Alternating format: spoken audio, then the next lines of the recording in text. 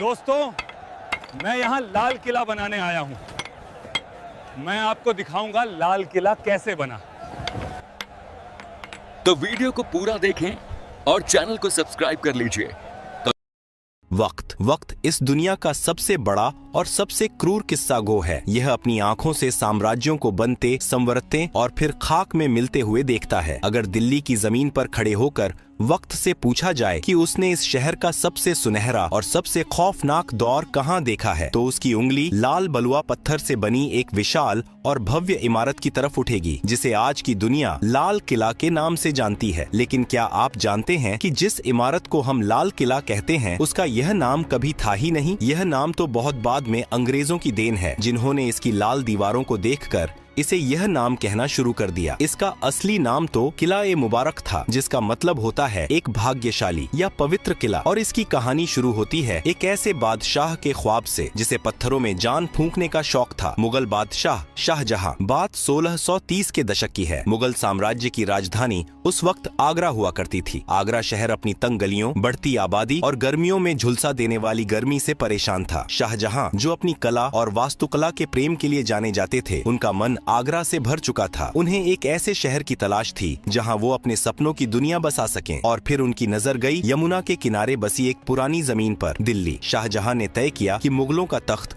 अब आगरा से दिल्ली जाएगा। 1638 में उन्होंने दिल्ली में एक नया शहर बसाने का हुक्म दिया, जिसे नाम दिया गया शाहजहानाबाद, जिसे आज हम पुरानी दिल्ली कहते हैं। और इसी शहर के बिल्कुल बीचों बीच यमुना नदी के ठीक किनारे नींव रखी गई दुनिया के सबसे आलीशान किले की, किला ए मुबारक की। इस किले को बनाने में पूरे 10 साल का वक्त लगा। उस्ताद अहमद लाहौरी, जिन्होंने ताजमहल का खाका तैयार किया था, उन्हीं के हाथों इस किले का नक्शा भी खींचा गया। 1648 में जब यह किला पूरी तरह से बनकर तैयार हुआ, तब शाहजहां दिल्ली में नहीं बल्कि अफगानिस्तान के काबुल में थे। जैसे ही उन्हें यह पैगाम मिला कि उनका सपनों का किला तैयार है, वो बिना कोई वक्त गवाए दिल्ली की तरफ चल पड़े। इस भव्य किले की बनावट में जो सबसे खास चीज थी, वो थे इसके दरवाजे। लाल किले के 2 सबसे मुख्य प्रवेश द्वार हैं, दिल्ली दरवाजा और लाहौरी दरवाजा। दिल्ली दरवाजा वह द्वार था जहां से निकलकर शाहजहां अक्सर जुमे की नमाज अदा करने जामा मस्जिद जाया करते थे। लेकिन किले का सबसे अहम और शाही दरवाजा था लाहौरी दरवाजा। इसका नाम लाहौरी इसलिए पड़ा क्योंकि इसका मुंह लाहौर शहर की तरफ खुलता था। मुगलों के द्वार में आगरा, दिल्ली और लाहौर, ये तीनों शहर सत्ता के सबसे बड़े केंद्र थे। लेकिन आज जब आप लाहौरी दरवाजे को चांदनी चौक की तरफ से देखते हैं, तो आपको दरवाजा सीधा नजर नहीं आता, बल्कि उसके आगे एक बड़ी सी दीवार नजर आती है। यह दीवार शाहजहां ने नहीं बनवाई थी, इसे बनवाया था उनके बेटे और मुगल बादशाह औरंगजेब ने। औरंगजेब को लगता था कि लाहौरी दरवाजे से बाहर खड़े होकर कोई भी आसानी से किले के अंदर की हलचल, यहाँ तक कि दीवान ए आम को देख सकता है। किले की सुरक्षा को बढ़ाने के लिए उसने दरवाजे के ठीक आगे एक घुमावदार दीवार खड़ी कर दी। उस वक्त शाहजहां अपने ही बेटे औरंगजेब द्वारा आगरा के किले में कैद थे। जब उन्हें पता चला कि औरंगजेब ने लाहौरी दरवाजे के आगे दीवार खड़ी कर दी है, तो उन्होंने भारी मन से औरंगजेब को एक खत लिखा था। उस खत में शाहजहां के अल्फाज कुछ यूं थे: बेटे, तुमने यह दीवार खड़ी करके किले को सुरक्षित नहीं किया है, बल्कि तुमने किले रूपी दुल्हन के चेहरे पर घूंघट डाल दिया है। इसी वजह से इतिहास में इस दीवार को घूंघट वाली दीवार भी कहा जाता है। विडंबना देखिए, जिस दीवार को एक मुगल बादशाह ने सुरक्षा के लिए बनवाया था, उसी दीवार की प्राचीर से आजादी के बाद 15 अगस्त 1947 को आजाद भारत के पहले प्रधानमंत्री पंडित जवाहरलाल नेहरू ने पहली बार तिरंगा फहराया था। जैसे ही आप लाहौरी दरवाजे से किले के अंदर कदम रखते हैं, आपके सामने मुगलों का एक अलग ही संसार खुल जाता है। अंदर जाते ही जो सबसे पहली जगह आती है, वह है छत्ता बाजार, जिसे मीना बाजार भी कहा जाता है। शाहजहां ने यह बाजार खास तौर पर अपनी बेगमों और शाही परिवार की औरतों के लिए बनवाया था। अरब, फारस और तुर्की से बड़े बड़े व्यापारी यहाँ रेशम, कीमती पत्थर, इत्र और जेवरात लेकर आते थे। यह छत से ढका हुआ एक ऐसा अद्भुत बाजार था जो आज भी 350 सालों बाद अपनी उसी जगह पर मौजूद है, जहां आज सैलानी अपनी यादों के लिए सामान खरीदते हैं। छत्ता बाजार की रंगीनियों को पार करते ही आप एक खुली जगह पर आते हैं और आपके सामने खड़ी होती है एक और शानदार लाल इमारत, नौबत खाना। नौबत खाना यानी वो जगह जहां शाही शहनाई और नगाड़े बजते थे। दिन में 5 बार यहाँ अलग अलग धुनों में नौबत बजाई जाती थी, जो शहर के लोगों को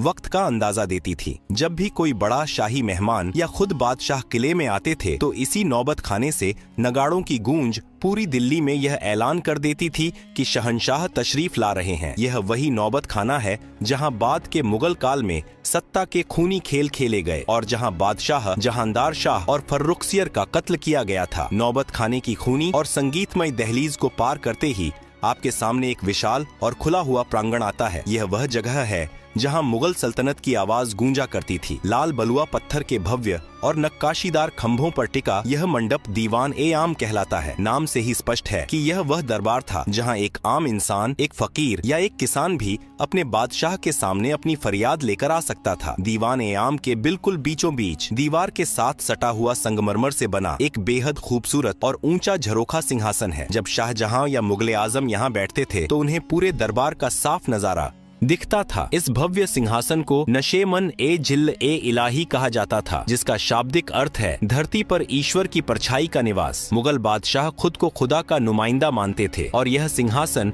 उसी रुतबे का प्रतीक था। इस ऊंचे सिंहासन के ठीक नीचे संगमरमर का एक शानदार चबूतरा रखा हुआ है। यह वह जगह थी जहां वजीर-ए-आजम प्रधानमंत्री खड़े होकर अवाम की अर्जियां जोर जोर से पढ़ते थे और बादशाह सलामत ऊपर बैठकर अपना फैसला सुनाते थे। लेकिन दीवान-ए-आम के इस सिंहासन की सबसे अद्भुत चीज है इसके पीछे की दीवार। अगर आप कभी करीब से गौर करें तो इस काले संगमरमर की दीवार पर रंग बिरंगे कीमती पत्थरों को तराश कर बनाई गई एक ऐसी चित्रकारी है जिसकी मिसाल उस दौर में पूरी दुनिया में नहीं मिलती थी। पत्थरों के अंदर पत्थर जड़ने की इस नायाब कला को परचिनकारी कहा जाता है। इस बेमिसाल नक्काशी को एक मशहूर विदेशी कलाकार ने अपने हाथों से उकेरा था। इस दीवार पर पक्षियों, फूलों और यूनानी देवता की आकृतियाँ इतनी सजीव हैं कि लगता है जैसे पत्थर अब भी बोल पड़ेंगे। दीवान-ए-आम की इस आम दुनिया से निकलकर जब हम किले के और अंदरूनी हिस्सों की तरफ बढ़ते हैं तो वास्तुकला पूरी तरह बदल जाती है। लाल पत्थरों की जगह अब सफेद चमकता हुआ संगमरमर ले लेता है। यह मुगल साम्राज्य का सबसे सुरक्षित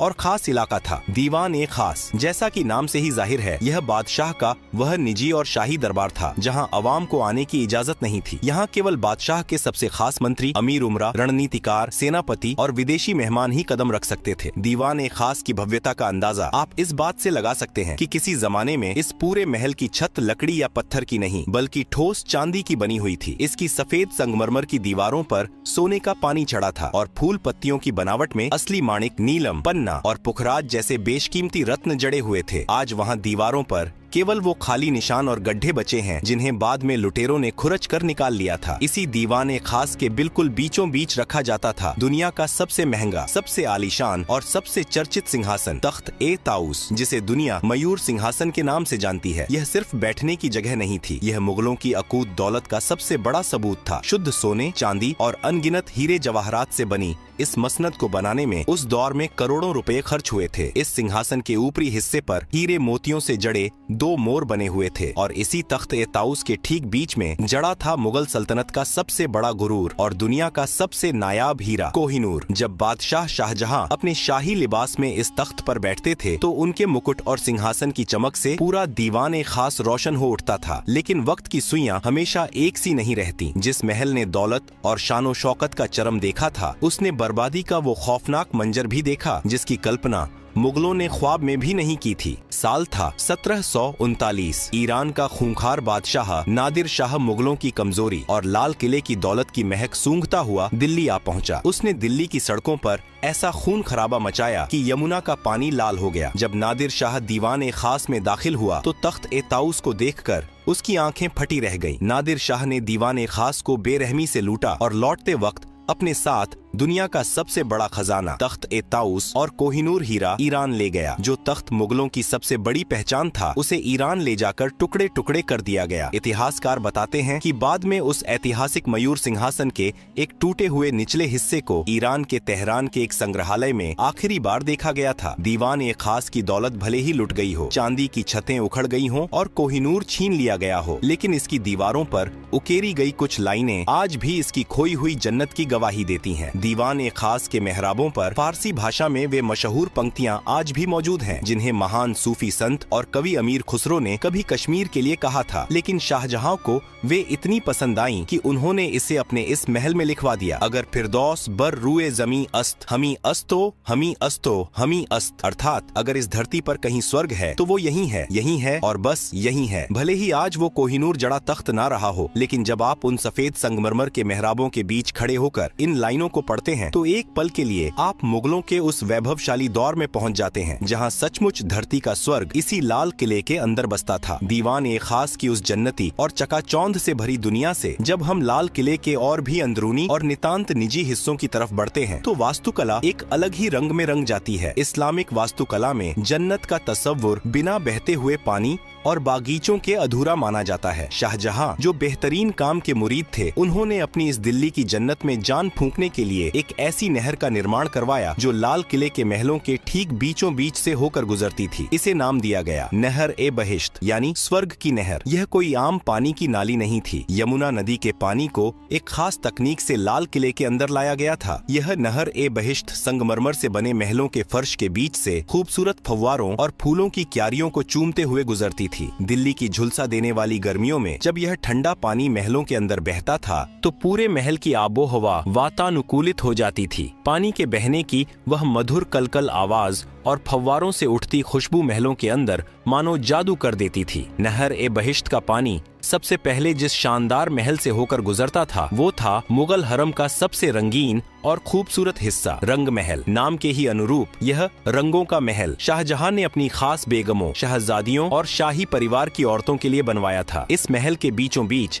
संगमरमर का एक बेहद खूबसूरत कमल के आकार का फव्वारा था, जिसमें जब नहर ए बहिश्त का पानी गिरता था तो वह किसी खिले हुए फूल सा लगता था। रंग महल की छतों और दीवारों पर शीशे और बेशकीमती पत्थर इस तरह जड़े गए थे कि रात के वक्त जब यहाँ मोमबत्तियां जलाई जाती थीं, तो पूरा महल तारों भरे आसमान की तरह झिलमिला उठता था। लेकिन वक्त का सितम देखिए, जिस रंग महल में कभी मुगल शहजादियों की पायलों की झंकार गूंजती थी और इत्र की महक हवाओं में तैरती थी, 1857 के गदर के बाद जब अंग्रेजों ने लाल किले पर कब्जा किया तो उन्होंने इस नायाब महल को अपनी सेना की रसोई में तब्दील कर दिया। उन क्रूर सैनिकों ने दीवारों पर जड़े सारे कीमती पत्थर और शीशे खुरच कर निकाल लिए और उस जन्नती महल की दीवारों को धुएं से काला कर दिया। रंग महल के ठीक बगल में एक और शानदार इमारत खड़ी है जिसका नाम है मुमताज महल। शाहजहां ने इस महल का नाम अपनी सबसे महबूब बेगम मुमताज महल की याद में रखा था, जिनकी मौत इस किले के बनने से कई साल पहले ही हो चुकी थी। मुमताज महल भी शाही औरतों का ही निवास स्थान था। यहाँ की निजता इतनी सख्त थी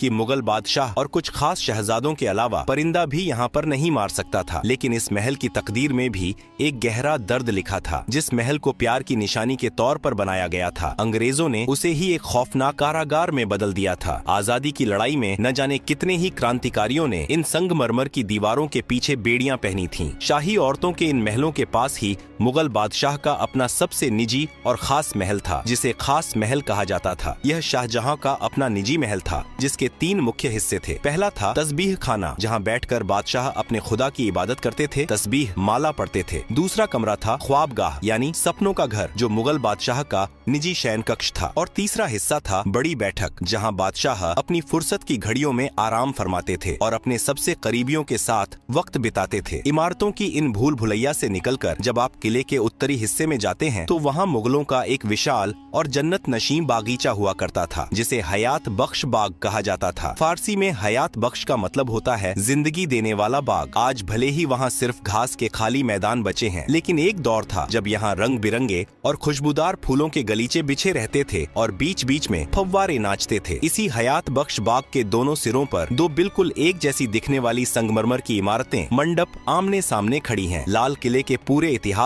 में इन 2 इमारतों का नाम सबसे अनोखा है। मुगल दौर में जहां हर इमारत का नाम फारसी भाषा में रखा गया था, जैसे दीवान ए आम, नौबत खाना, वहीं इन 2 इमारतों का नाम शुद्ध हिंदी या हिंदुस्तानी महीनों के नाम पर रखा गया, सावन और भादो। क्या आप जानते हैं कि इनका यह नाम क्यों पड़ा? मुगलों को बारिश के मौसम से बेइंतहा मोहब्बत थी। सावन और भादो मानसून के वो 2 महीने हैं जब भारत में झमाझम बारिश होती है। इन दोनों मंडपों के अंदर एक ऐसा जादुई जल प्रणाली बनाया गया था कि जब नहर का पानी छत से होकर नीचे गिरता था तो ऐसा लगता था मानो सावन और भादों की मूसलाधार बारिश हो रही हो। जब असली बारिश नहीं होती थी तब भी शाही परिवार के लोग सावन और भादों के मंडप में बैठकर कृत्रिम बारिश का लुत्फ उठाते हुए जन्नत का एहसास करते थे। सावन और भादों के उन हसीन और रोमानी मंडपों से जब हम आगे बढ़ते हैं तो लाल किले की दास्तान अपने सबसे दर्दनाक और आखिरी पड़ाव पर पहुंच जाती है। हयात बख्श बाग के ही पास पानी के एक छोटे से तालाब के बीचों बीच लाल बलुआ पत्थर से बना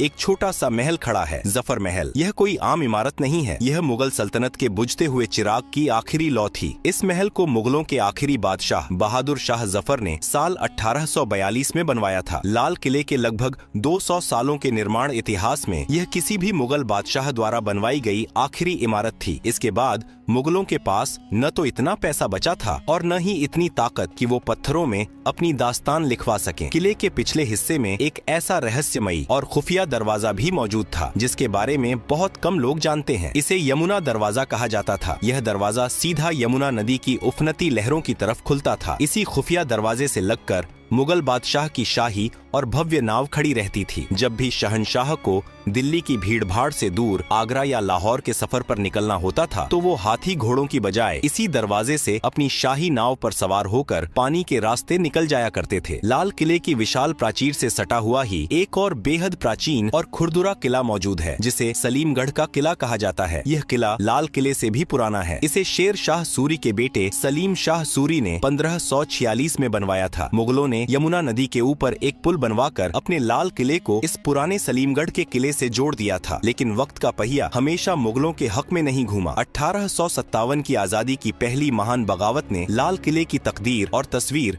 दोनों को हमेशा के लिए बदल कर रख दिया। जब अंग्रेजों ने आखिरकार दिल्ली और इस किले पर कब्जा किया तो उन्होंने इसकी मुगल रूह को ही छलनी कर दिया। लाल किले के अंदर एक बेहद खूबसूरत और तिलिस्मी बाग हुआ करता था, मेहताब बाग, जिसका मतलब होता है चांदनी रात का बागीचा। अंग्रेजों ने अपनी नफरत में इस हसीन बागीचे को बेरहमी से उजाड़ दिया। फूलों और फव्वारों की जगह उन्होंने अपनी फौज के रहने के लिए भद्दी लाल ईंटों वाली नीरस इमारतें खड़ी कर दी। इन इमारतों को सैनिक कक्ष कहा जाता है। आज जब आप लाल किले में मुगल वास्तुकला की बारीक और रेशमी नक्काशी के ठीक सामने अंग्रेजों की बनाई इन चौकोर अंग्रेजी वास्तुकला की इमारतों को देखते हैं तो दोनों के बीच का अंतर चीख चीख कर मुगलों के पतन और अंग्रेजों के जुल्म की गवाही देता है। अंग्रेजों ने लाल किले के लगभग 80% शाही महलों और बागीचों को नष्ट कर दिया था। लेकिन लाल किले के इतिहास का सबसे स्याह और रुला देने वाला दिन वह था जब इसी किले के अंदर, जहाँ कभी मुगल बादशाहों का एक इशारा पूरी दुनिया का कानून हुआ करता था, वहीं भारत के आखिरी बादशाह बहादुर शाह जफर को एक मुजरिम की तरह खड़ा किया गया। अंग्रेजों ने उन पर 1857 की क्रांति का सरगना होने का मुकदमा चलाया। विडंबना देखिए, जिस दीवान ए खास में बैठकर उनके पुरखे शाहजहां और औरंगजेब दुनिया भर के बादशाहों का इस्तकबाल करते थे, उसी महल में 82 साल के बूढ़े जफर को उनके ही वतन में देशद्रोही करार दे दिया गया। सजा के तौर पर अंग्रेजों ने इस बूढ़े बादशाह को काले पानी की सजा देकर हिंदुस्तान से निकाल दिया और पड़ोसी देश के रंगून शहर में कैद कर दिया। एक बादशाह जिसके पुरखों ने इस महान देश पर सदियों तक राज किया, उसे अपनी आखिरी सांसें एक अनजान देश की सीलन भरी कोठरी में लेनी पड़ी। रंगून की उसी कैद में अपनी मौत का इंतजार करते हुए जब शायर बहादुर शाह जफर की आंखों के सामने दिल्ली और लाल किले का अक्स उभरा तो उनके आंसू छलक पड़े। उन्होंने अपनी आखिरी गजल में अपने टूटे हुए दिल का दर्द इन अमर पंक्तियों में पिरो दिया। कितना है बदनसीब जफर दफन के लिए, 2 गज जमीन भी न मिली कुएं यार में। यानी ए जफर, तू कितना बदनसीब है कि तुझे मरने के बाद दफनाने के लिए अपने महबूब वतन की मिट्टी में 2 गज जमीन भी नसीब नहीं हुई। यह लाल किला सिर्फ ईंट, गारे और लाल पत्थरों से बनी कोई बेजान इमारत नहीं है। अगर इस किले ने मुगल सल्तनत के उस चमकते हुए सूरज को